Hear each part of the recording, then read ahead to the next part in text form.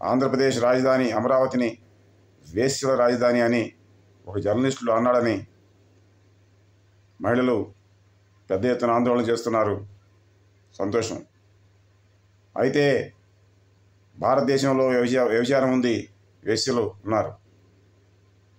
ఆంధ్రప్రదేశ్లో వ్యభిచారం ఉంది, వేశ్యలు ఉన్నారు. ఈ మేరకు కేసులు కూడా నమోదైన పరిస్థితి ఉంది. కోర్టుల్లో కేసులు నడిచిన పరిస్థితి ఉంది. ఈ దేశంలో ఉన్నట్టే, ఈ రాష్ట్రంలో ఉన్నట్టే, మిగతా నగరాల్లో ఉన్నట్టే ఆంధ్రప్రదేశ్ రాజధాని అమరావతిలో ఒళ్ళు అమ్ముకుని బతికే దుస్థితిలో మహిళలు ఉండే పరిస్థితి ఉండదని గ్యారంటీ ఇవ్వగలరా ఆ మహిళలు కానీ, ఆంధ్రప్రదేశ్ ప్రభుత్వం కానీ, భారత ప్రభుత్వం కానీ?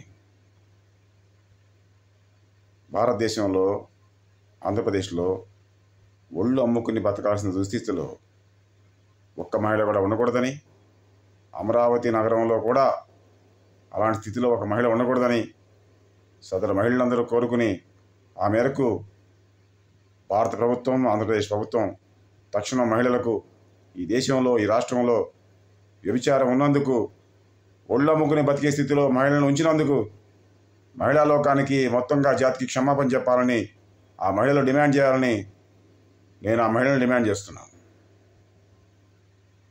సదుద్దేశంతో 4 మాటలు ఇవి. కమ్యూనిస్ట్ ఇండియా వర్ధిల్లేను, కమ్యూనిస్ట్ విప్లవం వర్ధిల్లేను.